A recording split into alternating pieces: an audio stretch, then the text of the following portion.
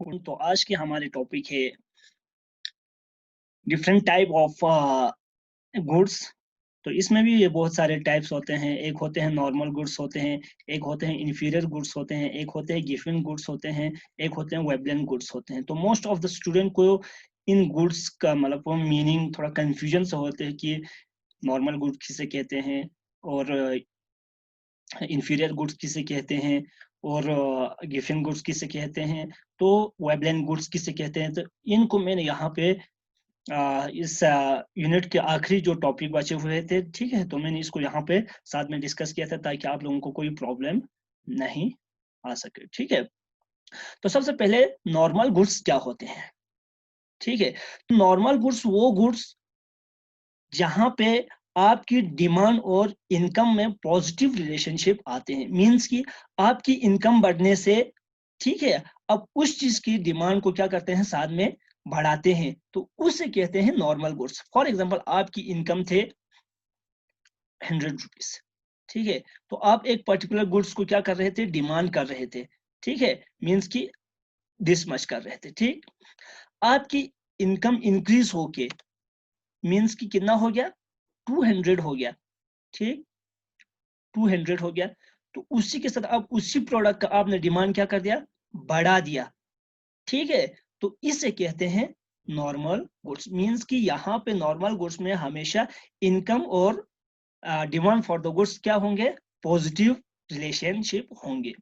ठीक है, तो उसे कहते हैं, हम क्या कहते हैं, नॉर्मल गुड्स कहते हैं। तो यहाँ पे भी आपने देखा होगा कि normal good are those good whose demand increases as the income of the consumer rise, ठीक है, and decrease in demand as the income decrease, तो उसे कहते हैं नॉर्मल गुड्स कहते हैं। ठीक, normal goods have positive relation with the income, ये भी ऑलरेडी डिस्कस कर चुके हैं। तो those goods are prefer when prices are low, जैसे कि उनका मतलब उस चीज को कब प्रेफर करते हैं, जब उसका प्राइसेस कितना होते हैं, कम होते हैं। ठीक, जैसे कि क्लोथ्स, फर्नीचर, ये सब।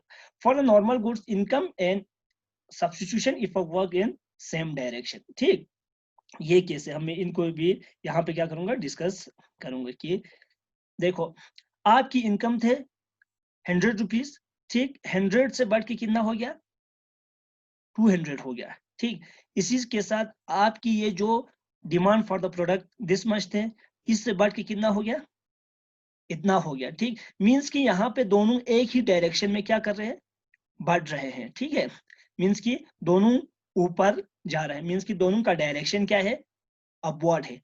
ठीक है, और इसी तरह आप सब्स्टिट्यूशन इफेक्ट भी आप अगर देखेंगे तो वहां पे भी आपकी ये जो डायरेक्शन होंगे क्या होंगे, सेम होंगे इसी तरह। ठीक है, तो इनकम इफेक्ट और सब्स्टिट्यूशन इफेक्ट इसके बाद, इसी लेक्चर के बाद में नेक्स्ट लेक्चर में इनके ऊपर क्या करूंगा, डिस्कस करूंगा। ठीक है, तो मैं यहाँ पे इसके ऊपर ज्यादा डिस्कस नहीं करूंगा। ठीक है, तो ये होते हैं नॉर्मल गुड्स और जो सब्स्टिट्यूशन इफेक्ट जो होते हैं। ठीक है, इनकम इफेक्ट और सब्स्टिट्यूशन इफेक्ट, इनका डायरेक्शन क्या होते हैं, हमेशा सेम होते हैं। ठीक, अब यहाँ पे कहते हैं कि जब आपकी प्राइजेस फॉल हो जाते हैं, ठीक है, तो उससे क्या हो जाते हैं, purchasing power of the consumer increases. ठीक, फॉर एग्जांपल आपके पास थे 100 रुपीज, आपकी इनकम थे, ठीक, 100 रुपीज, यहाँ पे एग्जांपल के लिए, तब आप कितने क्वांटिटीज, 10 क्वांटिटीज खरीदते थे। मींस की पर क्वांटिटी कितने रुपीस थे, 10 रुपीस। ठीक, थे कि नहीं थे। अब इसी क्वांटिटी का प्राइजेस 10 रुपीस से बढ़ के कितना हो गया, फॉर एग्जाम्पल घट के 8 रुपीस हो गया। ठीक, उसको खरीदना कितना था, 10 क्वांटिटीज खरीदना था। ठीक, पहले 10 क्वांटिटीज खरीदते थे, ठीक है, तो कितने आते थे, 10 ही क्वांटिटी आते थे, क्योंकि हर क्वांटिटी का, हर प्रोडक्ट का प्राइस कितना था, 10 रुपीज। ठीक, अब ये फॉल होके कितने पे पहुंच गया, 8 रुपीज पे पहुंच गया। मींस की प्राइजेस फॉल हो गया, क्या हो गया, प्राइजेस फॉल हो गया। तो इससे क्या हो जाता है, सेम अगर क्वांटिटी खरीदेंगे, तो अगर 10 क्वांटिटीज खरीदेंगे तो कितना हो जाता है, 8 10, 8 10 80। मीन्स कि आप 80 रुपीज में उसको क्या आ रहे हैं, सेम क्वांटिटी आ रहे हैं। मीन्स की 80 रुपए खर्च करके उसको 10 क्वांटिटीज मिल रहे हैं। मीन्स की 20 रुपीज उसको क्या बच जाते हैं, रिमेनिंग बच जाते हैं। तो इससे क्या हो जाते हैं, इस 20 रुपीज से वो दूसरे गुड्स की क्या कर सकते हैं, डिमांड कर सकते हैं या इसी गुड्स को ज्यादा खरीद सकते हैं। तो इससे क्या हो जाते हैं, परचेजिंग पावर क्या हो जाते हैं, बढ़ जाते हैं। ठीक है, मींस कि प्राइस फॉल होने से इनकम की जो मतलब कंज्यूमर की जो परचेजिंग पावर होते हैं वो बढ़ जाते हैं। ठीक है, ये already income effect will act in the same direction as substitution effect, ये ऑलरेडी ऊपर हम डिस्कस किया है। Both will work toward increase in the quantity demand of goods whose price has fallen. ठीक है, तो हम क्या करते हैं, उसकी प्राइसेस डिक्लाइन होने से उसकी क्या हो जाते हैं, डिमांड भी साथ में बढ़ जाते हैं। ठीक है, तो ये थे नॉर्मल गुड्स। इसी तरह हम वन बाय वन इसके बाद हम पढ़ेंगे इंफीरियर गुड्स क्या होते हैं, और इसके बाद हम वेबलेन गुड्स क्या होते हैं, इसके बाद हम गिफिन गुड्स क्या होते हैं। तो उनको हम क्या करेंगे, वन बाय वन डिस्कस करेंगे। ठीक है, इसके बाद है second topic is inferior goods. Inferior goods are those goods whose demand has fallen with the rise in the consumer income. ठीक, अब यहां पे देखो, just opposite of normal goods. Normal goods में हम क्या कहते थे कि कंज्यूमर की इनकम बढ़ने से गुड्स की क्या हो जाते हैं, डिमांड बढ़ जाते हैं। ठीक, ये हो गया नॉर्मल गुड्स। ठीक, अब यहां पे देखो इंफीरियर गुड्स में कंज्यूमर की इनकम बढ़ने से गुड्स की क्या हो जाते हैं, डिमांड घट जाते हैं। ठीक है, फॉर एग्जाम्पल अभी आप स्टूडेंट थे, आप स्टूडेंट के समय में आपके पास इनकम नहीं होंगे, आप अपने पिताजी से पैसे लेते थे। ठीक है, उस टाइम पे आप क्या खरीदते थे, एक प्रोडक्ट खरीदते थे। फॉर एग्जाम्पल इसी के साथ आपको जॉब मिल गया। ठीक है, जॉब मिलने से आपकी इनकम, खुद की इनकम होते हैं, पर्सनल इनकम जो होते हैं, तो उसके वजह से आप क्या करते हैं, उस प्रोडक्ट का, जिस टाइम आप स्टूडेंट थे उस टाइम पे आप जिस प्रोडक्ट का डिमांड करते थे, आप उस प्रोडक्ट का क्या करेंगे, डिमांड नहीं करेंगे, बल्कि क्या करेंगे, आप नए इससे सुपीरियर गुड्स का क्या करेंगे, डिमांड करेंगे। इससे अच्छे क्वालिटी के वाले प्रोडक्ट का आप क्या करेंगे, डिमांड करेंगे। तो उससे क्या हो जाते हैं, उससे हो जाते हैं जो प्रीवियस ईयर के प्रीवियस जो प्रोडक्ट थे उसके डिमांड घट जाते हैं। तो उससे हम क्या कहते हैं, इंफीरियर गुड्स। ठीक है, वाइस वर्सा, और आपकी इनकम डाउन होने से और इनकम बढ़ने से आप उसके डिमांड को क्या कर देते हैं, बढ़ा देते हैं। ठीक है, इसी तरह वाइस वर्सा, इसके अपोजिट वाला सीन भी बन जाते हैं। ठीक है, और इसी के साथ इससे हमें यह पता चलते हैं कि इसका डायरेक्शन ऊपर और इसका डायरेक्शन नीचे की तरह, मींस कि यहाँ पे नेगेटिव रिलेशनशिप होते हैं। ठीक है, इंफीरियर गुड्स में हमेशा इनकम और क्वांटिटी जो डिमांड होते हैं वहां पे रिलेशनशिप क्या आते हैं, नेगेटिव रिलेशनशिप आते हैं। क्या आते हैं, नेगेटिव रिलेशनशिप। ठीक, और नॉर्मल गुड में क्या होते थे, इसका डायरेक्शन, दोनों का डायरेक्शन अपवर्ड है। ठीक है, इनकम बढ़ने से इसका क्वांटिटी डिमांड भी बढ़ जाते हैं, तो that's here is positive relationship. ठीक, पॉजिटिव रिलेशनशिप, और इनकम में क्या आते हैं, नेगेटिव रिलेशनशिप आते हैं। Inferior goods income effect is less than substitution effect. तो यहाँ पे इनकम इफेक्ट हमेशा सब्स्टिट्यूशन इफेक्ट से क्या हो जाते हैं, कम आ जाते हैं। ठीक है, तो ये इनकम इफेक्ट क्या होते हैं, सब्स्टिट्यूशन इफेक्ट क्या होते हैं, हम बाद में नेक्स्ट लेक्चर में पढ़ेंगे। ठीक है, तो वहां से आपको क्या हो जाएंगे, कंसेप्ट क्लियर हो जाएंगे। Inferior goods have easily available substitution.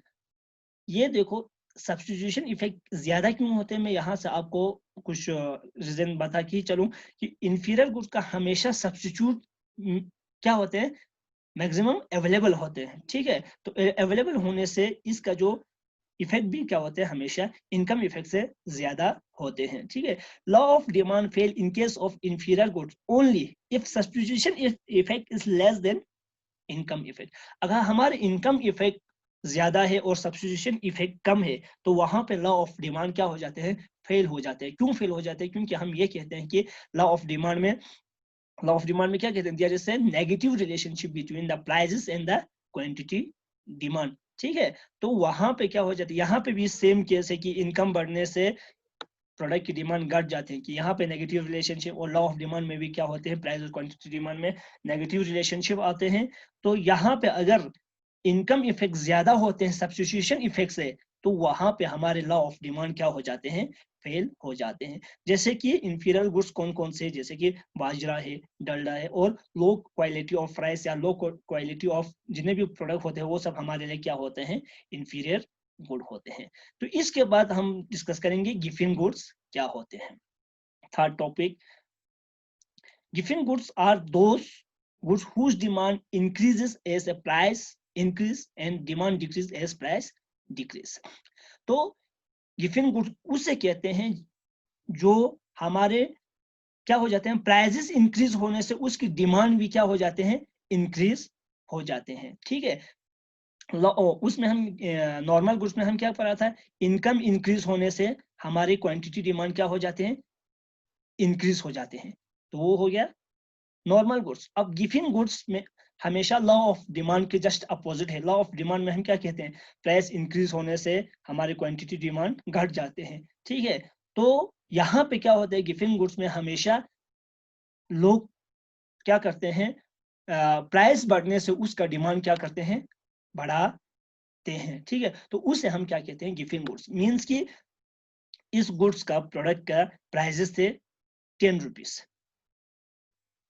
ठीक, और इसी प्रोडक्ट का डिमांड थे मीन्स की डिमांड थे 20 क्वांटिटीज। ठीक, ये हो गया example.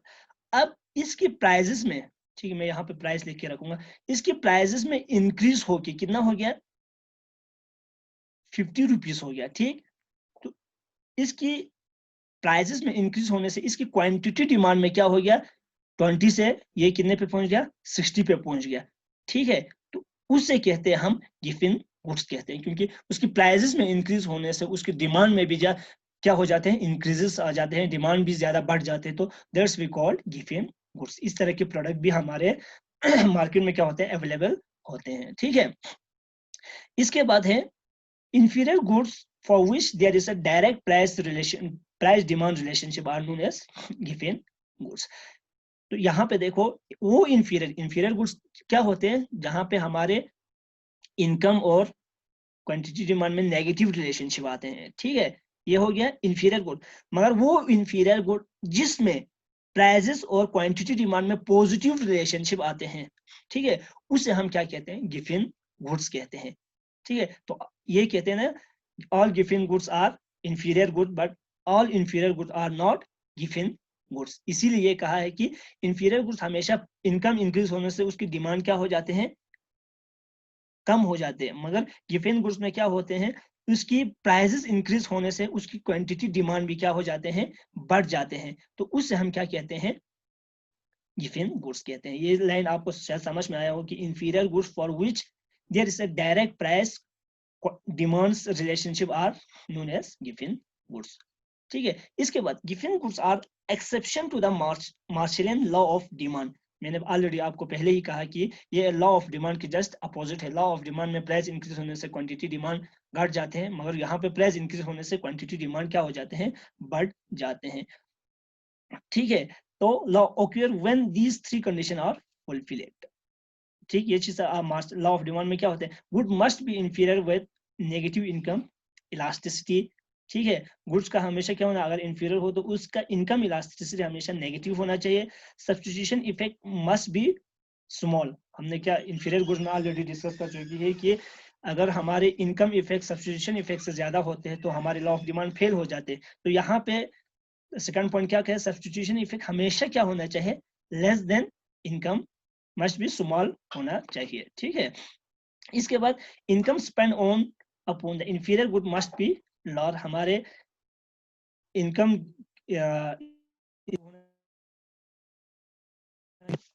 Demand curve slope is upward in Giffen goods. हमारे गिफिन गुड्स में इसके डिमांड कर्व हमेशा क्या आते हैं, अपवर्ड स्लोप आते हैं। अपवर्ड स्लोप क्यों आते हैं, क्योंकि यहाँ पे प्राइजेस और क्वांटिटी डिमांड में पॉजिटिव रिलेशनशिप आते हैं। ठीक है, लाइक इस तरह मैं यहाँ पे आपको डायग्राम में ही दिखाऊंगा। ठीक है, ये है इसका डायग्राम, इस तरह आ जाते हैं। इसका प्राइजेस थे फॉर एग्जांपल 2 रुपीज का, आप 5 क्वांटिटीज खरीद रहे थे, इसका प्राइजेस बढ़ के इतना हो गया, आप उसका क्वांटिटी डिमांड भी क्या हो गया, बढ़ जाते हैं, 20 पे पहुंच गया, 5 से ये 10 और 20 पे पहुंच गया। अब इसका प्राइस और बढ़ के 100 पे पहुंच गया, तो अब उसका क्वांटिटी डिमांड कितना हो गया, 500 पे पहुंच गया। ठीक है, तो यहां से क्या हमें आ जाते हैं कि इसका डिमांड कर्व हमेशा क्या आ जाते हैं, अपवर्ड स्लोप आते हैं, ठीक है। अपवर्ड स्लोप आने से क्या होते हैं, ये गिफिन गुड्स बन जाते हैं, ठीक है। अदरवाइज गिफिन गुड्स, बाकी जो नॉर्मल गुड्स और ये इंफीरियर गुड्स जो होते हैं उनका कर्व ऐसा नहीं होते। इसके बाद fourth and last topic of this lecture is wavelength goods. अब वेवलेंथ गुड्स क्या होते हैं और ये दूसरे गुड्स से क्या डिफरेंसेस आते हैं। वेवलेंथ गुड्स, पहले मैं यहाँ पे मीनिंग ही पढ़ूंगा। वेवलेंथ goods are those goods whose demand increases as the prices increase, ठीक है। आपको गिफिन गुड्स का एकदम से मीनिंग दिमाग में आया होगा कि गिफिन गुड्स में भी यही कहते हैं कि इसका प्राइसेस इंक्रीज होने से इसका डिमांड बढ़ जाते हैं, ठीक है। मगर यहाँ पर वेवलेंथ गुड्स में हम ये कहते हैं कि ये एक ऐसा गुड्स होते हैं जो लोग अपने स्टेटस को शो करने के लिए क्या करते हैं, खरीदते हैं, ठीक है। फॉर एग्जांपल एक मर्सिडीज का प्राइस ज्यादा इंक्रीज होने से लोग उसका ज्यादा डिमांड करते हैं, ठीक है। तो हाईली रिच सोसाइटी में क्या होते हैं, लोग अपने स्टेटस को शो करने के लिए महंगा से महंगे चीज को क्या करते हैं, खरीदते हैं, ठीक है। जैसे कि ज्वेलरीज होते हैं, ज्वेलरीज का प्राइसेस बढ़ने से उसका डिमांड भी क्या हो जाते हैं, बढ़ जाते हैं। कुछ चीजें ऐसे होते हैं जो अपने स्टेटस को शो करते हैं, ठीक है, तो दिखावा कुछ करते हैं, तो उसे कहते हैं वेवलेंथ गुड्स। नहीं तो गिफिन गुड्स भी हमने यही मीनिंग पढ़ा था कि प्राइस बढ़ने से उसका क्वांटिटी डिमांड भी बढ़ जाते हैं, मगर वहां पे कोई स्टेटस सिंबल शो नहीं होते, वहां पे कोई दिखावा ये वाला कंसेप्ट नहीं आ जाते, वो वाला चीज यहाँ पे वहां पे अप्लाई नहीं होता। बट यहाँ पे वेवलेंथ गुड्स में वो होते हैं कि अपने स्टेटस को शो करने के लिए, शो ऑफ करने के लिए जो चीजें खरीदते हैं, तो उसे हम क्या कहते हैं, वेवलेंथ गुड्स कहते हैं। वेवलेंथ गुड्स जो होते, ये जो टर्म होते हैं, एक इकोनॉमिस्ट जिसका नाम थॉर्स्टेन वेवलेंथ था, उसके एग्जाम में मोस्ट ऑफ कॉम्पिटिटिव जो एग्जाम होते हैं उनमें पूछते हैं कि कॉन्स्पिशियस कंजम्पशन कौन से गुड्स को कहते हैं, तो वो किस गुड्स को कहते हैं, वेवलेंथ गुड्स को कॉन्स्पिशियस कंजम्पशन भी कहते हैं। ये चीज आपको दिमाग में रखना चाहिए, ठीक है।